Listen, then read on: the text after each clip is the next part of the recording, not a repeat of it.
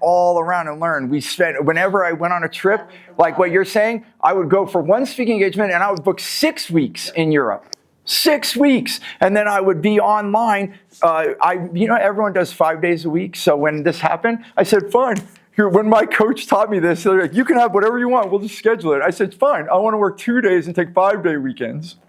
Right? I want to flip it. I just got really arrogant with him. He's like, fine, let's do it.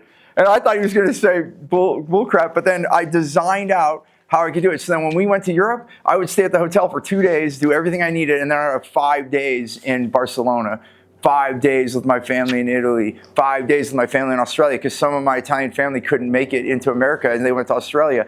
So I've fulfilled all that. When I just got on a plane with my son a year ago, I took him to he's a writing and he's learning Japanese to translate literature. I took him to a writing workshop with me and we got it and we're in first class. I have so many points. So there I am sitting with my son and I just realized I never went on a plane before his age. Like by his age, I bought my own plane ticket. No, I never had anyone give me, I bought my own plane ticket when I was an adult. And I looked at him, I told him, I said, it just dawned on me. I think I probably was going on my first flight right around your age right now. And I went on my own plane. How many trips have you been on a plane? And he sat there, he's a very contemplative boy. He said, Dad, I can't tell you. It's too many. Too many to count. And I'm not saying this out of ego. I'm saying, I want you to know right now, I chose this life. And you too. That is our freedom. Freedom does not come later. Freedom is not something we win. Freedom is something you take because it's already yours. Write that down. Freedom is already yours. It's a choice. Freedom is not given. It is a choice that you take. And I can promise you right now, we are taught to be distracted. Also, Linda brought that up. So I've been telling for over a decade, stop worrying about the White House, start working on your house. And I can even go, stop worrying about the White House and start working on your house. And if we all did that, we would live in a better world.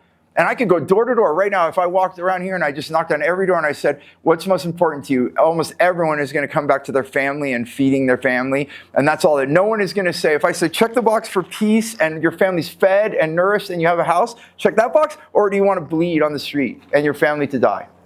Which box are you going to check? No one is going to check this. And if they do, they're like the 0.0000001% that need mental health right now, right? Like mental health support.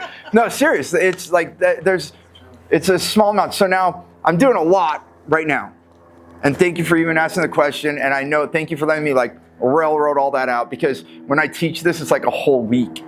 Because I plant the seeds like Linda's saying, and then for the next day, and that's why it's so good. And even when Tony brought this to me, I was like, you have to do a multi-day. He's so used to doing like 1 days, which is great for CEOs. You come in for 1 day, you get that impact. It's totally for its time and place.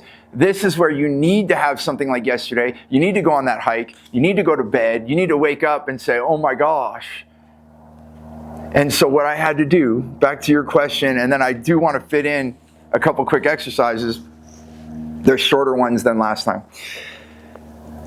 Once I said I will not work anymore and I planned my fun first, so coming back to planning my fun first, when I put that down and I mandated it, so there were times I closed my laptop and I knew I was supposed to send an email. I knew I didn't respond. I had to close it. And my gut is like, whoa, because I always did everything.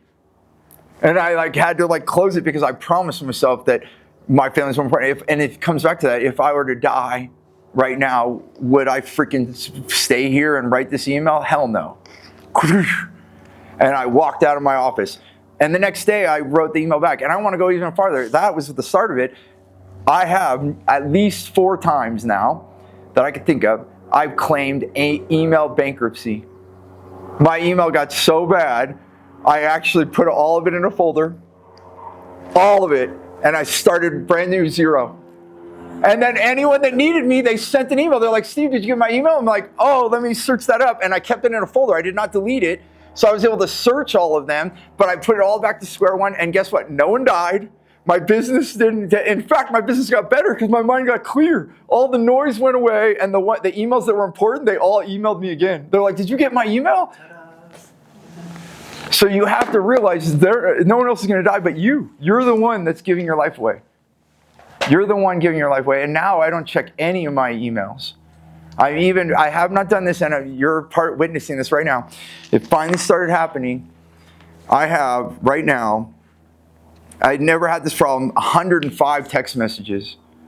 So this is when I get back right now, I hire an assistant. I'm literally giving my phone away now. I'm going to the next level. I'm giving my whole phone, and I had to do this with my personal life too. I had to tell my wife, like, anything you text is no longer private, like all of it. Like, it's all done. I'm done. I'm done because you're more important to me. Being with you is more important to me than that. And so what I want you to write down, and I'm piggybacking on Tony from yesterday and Linda, if you were to die, if this was the end, I'm going to give you only 3. 3 things that you would absolutely, and I know that might be hard, and you might write more than 3. If you do write more than 3, then I want you to you go ahead, but then we're going to circle like the 3 that are most important. If I were to die today, what? Well, yeah, I mean, it doesn't have to be today, but let's say it's going to be in the next, let's say a week. But just if, what are the priorities right now? And if you want to go broader than that, it doesn't have to be a week, but just think in your mind, right now, what is an absolute before you die? That's what I was asking. Yeah. What is the absolute? Like, seriously, what is absolutely necessary in your mind, in your heart, that you would absolutely have to have before you die?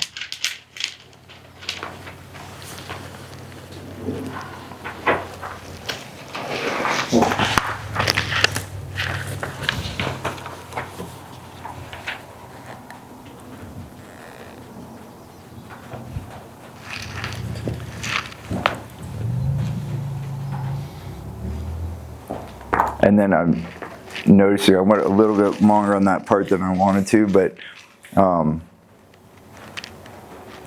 there's a 10-minute exercise. So this is actually totally chapter say, but it would be a slight break from this. But if you can do 10 more minutes, because it's groups of 2. 1, 2, 3, 4, 5, 6, 7, 8. Yeah. Would we be able to do it if I do it? I think so. Yeah, if we do it right now, and then we'll come back to this. Do it with Devin. No, there's 8 of you exactly right now. I'm not going to do. I'm going to be facilitating it. So what you need to do. This is a silent exercise. So we're going to. Different from this? Yeah, because I just noticed the time. So we're going to pause. It's okay. Everything's okay. We can pause and we can come back to this. And then what you need to do is find a partner